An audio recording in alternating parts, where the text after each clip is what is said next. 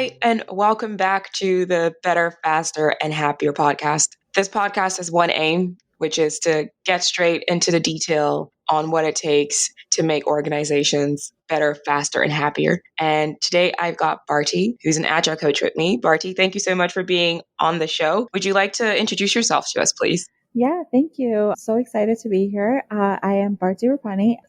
Just like Nancy said, I am a Agile coach in the finance industry and just excited to be here and speak with you all. Awesome. Thank you so much. So in the finance industry, Agile coach, I'm sure we're going to get some interesting stories from you. So when I say better, faster, happier organization, what comes to mind? So I definitely lean towards happier and better. And so with happier, I think of being able to be authentic. Your work is enjoyable. You're excited to be there. And overall, I think of trusting each other. So trusting your coworkers and colleagues, and then also the organization trusting their employees that work there. I see a lot of workplace policies where they inherently are coming from a place of mistrust. So that creates an environment or a culture that doesn't allow for better to happen, right? Yeah. So that's what I think of when I hear better or rather happier, sorry. With better, I think of a clear vision and understanding of what we're trying to achieve. Because if we don't have that clear understanding, then how can we coordinate with each other to actually deliver something in a better way or deliver a better product or have better communication or whatever the case may be? For faster, I don't think of moving fast. I actually think of being able to respond quickly or to be able to recover quickly. So things like being open to learning of new ways of solving problems. I think this is where it helps us become faster, being open. And then now we learn new things, and then therefore we can actually respond quicker. Does that make sense? That completely makes sense. And a couple of the kind of examples that you were sharing have actually kind of prompted two questions in my mind, which is the policies that come from a place of mistrust, as you've just articulated to us. What about a policy allows us to understand or allows us to recognize that this policy comes from a place of mistrust? Because I think that you hit the nail on the hammer, is that we are governed by policies within companies and even within departments, and that limits us. But how I think our ability to not actually identify these policies quicker or even earlier on in our journeys, that's what makes it really hard. So I don't know if you have any thoughts around this. Yeah, wow. I actually haven't thought of it that way, like when these policies or let me take a step back. So with this question, what's coming up for me is, first of all, a million different thoughts. So I'm going to try to keep it focused. So you're so right. We don't know that these policies are coming from a place of mistrust when we're first starting out. I think if it doesn't allow you to be your authentic self, that's when you know that it's coming from a place where they're like kind of controlling you and controlling you to be a certain way so that it could fit their mold, which is for them something that they trust. Yeah, I can definitely see that. And also, just to kind of add to that, then it just makes me think that if people can't rationalize and justify the why behind a policy, then it might have some smells to it, as in it could come from a place of mistrust. And I love how you say, in order for us to get better, we need to get the happier part right. What are your certain experiences around the better side in terms of like getting companies to not focus or getting teams to not necessarily focus on speed, but focus more on quality? The one thing that always comes to mind when I think of this is, do we really understand our customer? And do we really know how they're behaving with our product? So if it's a mobile app, do we really know what happens when that person opens that app? And if we really understood that, then I feel like that we can connect to our customer, which will empower us to make different types of recommendations on what we do with our product, right? That connect with the customer. And that will make us better, because that excites us too when we see our customer using our Mm, product the way we wanted them to use it, or now they're getting some useful, and whatever the case may be, whatever the customer is getting out of it, that makes us excited. absolutely. So from a practical sense, when you try and bring the customer closer to the teams, is it a matter of bringing a customer into the room and then the team can ask them questions, or is it doing research about the customer? Yeah, I'm just curious because I think we all hear that we should be more customer centric, but unfortunately, we don't necessarily create the bandwidth to do that. And I sometimes I wonder if it's because people just don't know how to find out more information about the customer. Yeah, this is such a great question. I think you could do a lot of different things. One example would be bringing that customer into the room so that the team can spend time with the customer. I've done that Mm, before and it was successful. We actually sat there and watched the customer interact with the product and saw how they actually used it, where they were wanting to click even. They're naturally mm, where they were pointing their mouse to. So, yeah. that in itself just gave us insight into like, well, they're kind of wanting to click something in the upper right hand corner. Should something else be there, right? Like, should something be there for them? Or just Mm, having that conversation with them. The other thing too is absolutely research, testing how people are interacting with the product, things like that. And I don't think that we have to do a lot. We just have to do enough to start understanding to make better decisions. When do you know that you've done enough? I agree with what you're saying. Yeah. And my reason for stating this is because, especially when you work in an environment that is so focused on being fast, and Hmm. then you forget the better element, Hmm. and you start talking to them about being more customer centric, doing user research, user testing, creating empathy maps. People say, oh, but then I've got to do all these steps before we start building. And when is enough to get the ball rolling? That's such a good question. I think keep it small in the beginning, right? Hmm. And just focus on one thing. So when we initially brought in our customer to see how he was using the product, what we did with that was we kept it focused on only one workflow within the product. And we Mm, focused it only just on one thing. We're like, let's solve just this one problem first and just see the impact of that. And hmm then go a second step. And maybe we meet with a different customer group, or maybe we bring in other customers for the same workflow, right? And then hmm we build upon that. So I think in the beginning, start small. What is the one place? What's the most common action that your customers are taking in the product?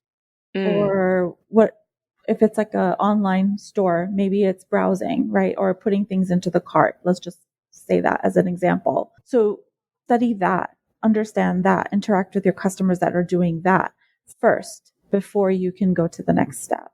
Because if you can make that piece more enjoyable and has a bigger impact for your customer, then you can go to the next piece and so on and so forth. that completely makes sense. And if we think about Agile and what it's designed to do, Mhm. other than creating an environment where people trust each other, it's about focusing on the most valuable thing. So if we Mhm. can focus our energy on, as you say, just picking one touch point, one flow, and getting really good at that so that the customer has a positive impact, that probably will reap a reward that's 100-fold much more than trying to do everything at the same time. Exactly. Awesome. Thank you so much for that. So, Yeah. my next thought and question really is as well when it comes to trying to create a better and happier organization, we'll park faster for now. What are some of your recent success stories? Great question. The one thing that always comes up for me when I'm working with a particular team or an organization or whomever, I like to start with just understanding where they're coming from when they deliver a product a certain way or the way they work with each other, whatever the case may be. I try to come in from a place of curiosity and understanding Hmm. because I feel like when I start there, I'm focused on them and not so much on like what my mission is, if that Mm, makes sense. So once I start to focus on the team or the organization, whatever, I feel like right there I've started off, I have a good start. But one success story that comes to mind is I had a team that was resistant to working with a coach. They've had a coach before. They were very resistant to working with a coach. Mm-hmm. But even with that approach that I just described, coming in from a place of understanding and curiosity, they just Yeah. didn't want to work with me. So this was like really something that was new to me, because when I've approached it with curiosity and understanding, I feel like teams have let me in, right? Yeah. But this was a team that didn't want to let me in. And Oh, that'd be yeah, hard. yeah, it was hard. Growth opportunity for me, right? Mm-hmm. They delivered features. They were really good at delivering features, but they were not connected at all with their customers. They were not Mm. connected at all with why they were delivering the features that they were delivering, even, or why they were prioritized the way they were. And that concerning to me as a coach, and it should be concerning to our product owners or to even our customers, right? So the approach that I took with this particular team was I just started asking them questions about the product. Hey, can you show me how to do this in the Mm. product? How does a customer do that? What would you assume the customer would do next after doing that? Are you expecting the customer to, interact with the product on using Google Chrome or Safari, or Yeah. are they using their phone or iPad? How are they connecting with your product? And I think just asking them questions about the product and the customer, it really encouraged the team to connect with it, Mm-hmm. because now somebody from an outside perspective is coming in and asking. And so now they're like, oh, actually, let me check how we do that. Or let me see. So now they are connecting with it in a different way. And they're like, you know what? It would make it better if we did it this way instead. Because if I Mm. was a user, then I would want this next. And so that those refinement sessions that they were having as a team with their product owner just changed, right? Now the team is starting to give advice on what features should be worked on next, or what features should be tweaked, or how the layout should look, or whatever the page should look, right? Mm-hmm. So now they've kind of flipped that, and it excited them. And I was excited because they were excited. So Yeah. yeah, I took a totally different approach because I needed to understand. So I asked the question, and it wasn't about agile. It wasn't about Scrum. It was really just about the customer and the product.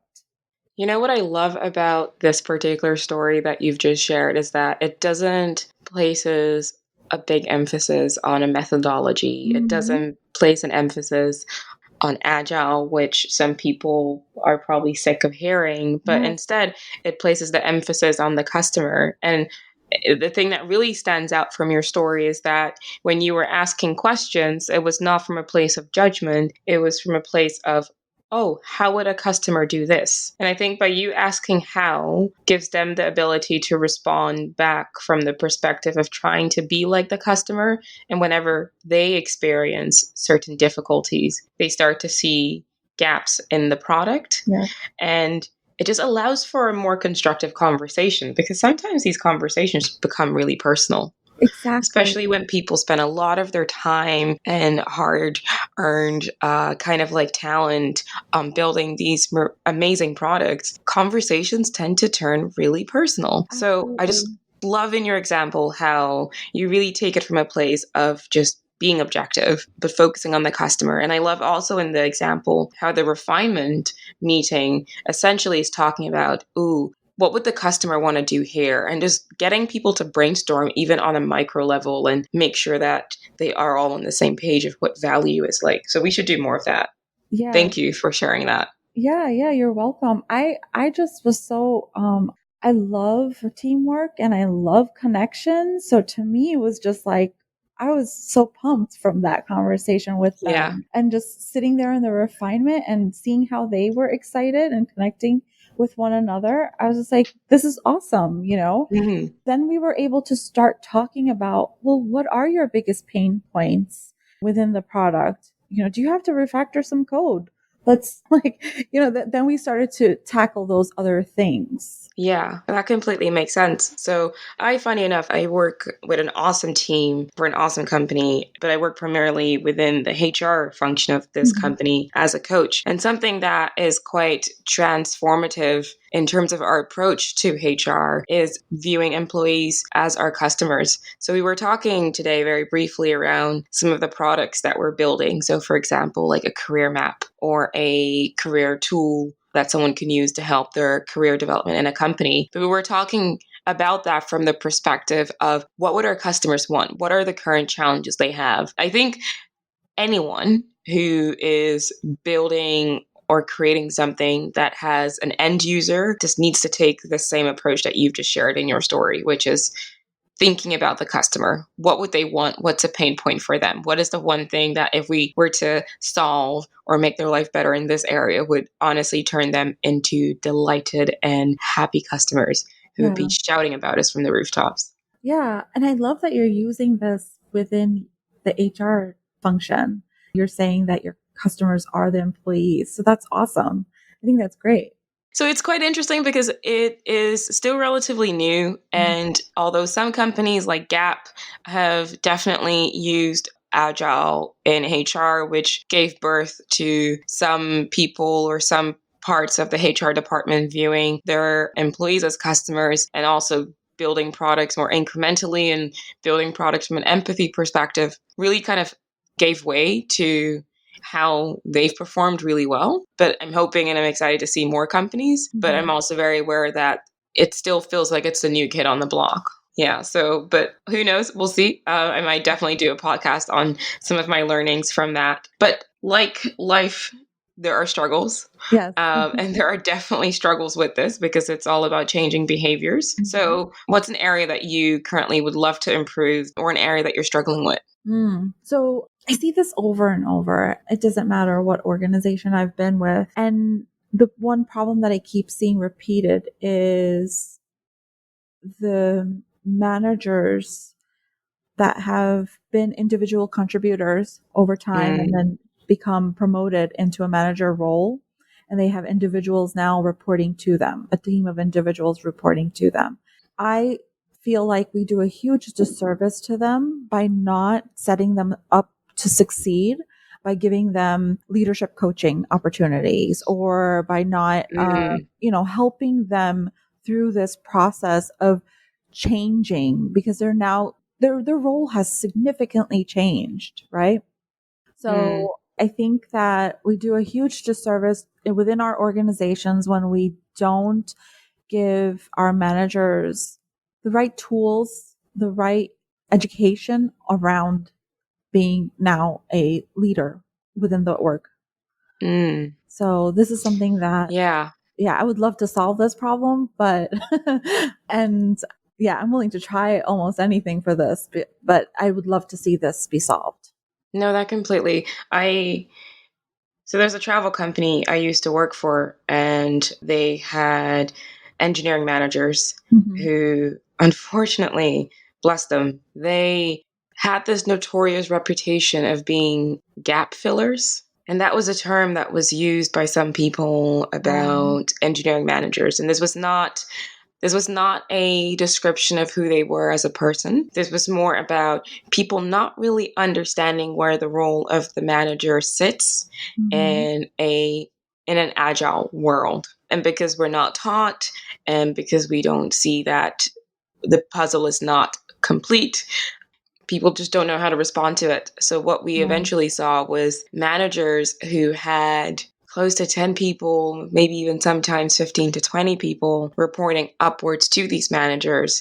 But the manager would sometimes also be a product owner, and sometimes he'll be like a career advisor, and sometimes he would be anything people needed them to be, but he just wouldn't be the leader. And I think I completely agree. I think it just boils down to people just not knowing how to be leaders, especially if they've not been promoted to this role for being a leader. Like they were promoted to this role because they were great, as you said, great individual contributors to maybe projects. And they were just so great at executing and delivering that it's congratulations, you are now a leader, you're a manager. Right. Right. Give me some tools. Yeah. Yeah. And it's such a disservice to them because clearly they did something right. Right. And that's how they became the manager for that group or within that organization. And it's such a huge disservice to them. I see this repeatedly happening and it is something that I have spoken to HR about. Like, is there an opportunity here for us to do something like this? And I Mm. think that it's just so overwhelming. It feels overwhelming sometimes, but I think we can provide something here. Maybe even if it's just a few coaching sessions when the person gets promoted to help them step into their leadership.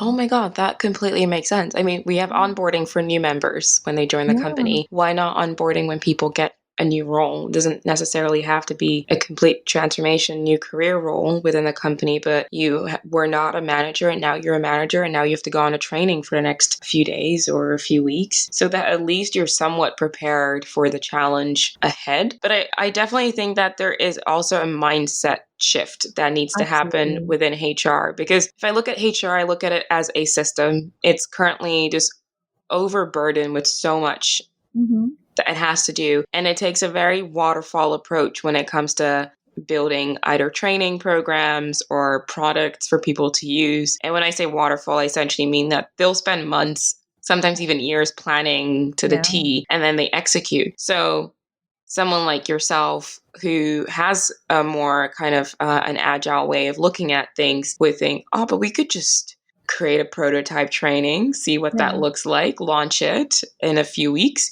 test it out on people who genuinely want this training, get feedback from them. And then next time when we do it again, it gets better.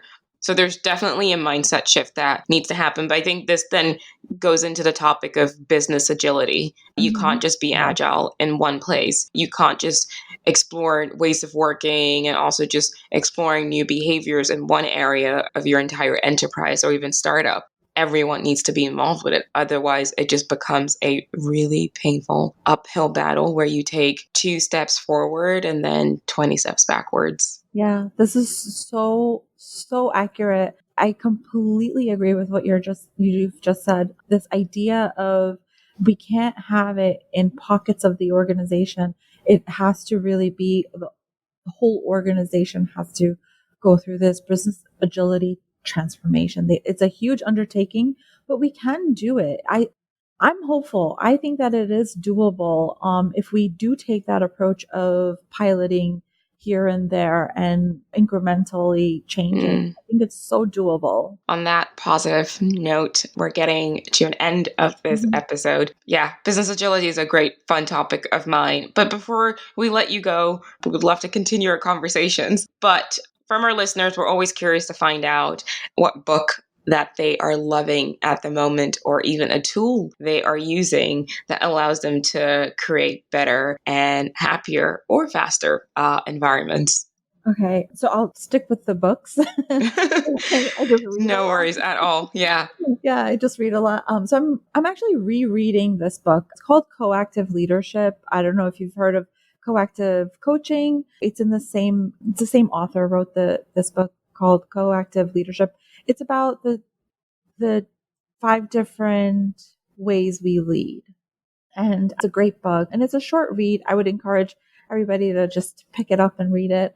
And the other one that I literally just started this morning was Gifts of Imperfection by Brene Brown. I just love everything Brene Brown does.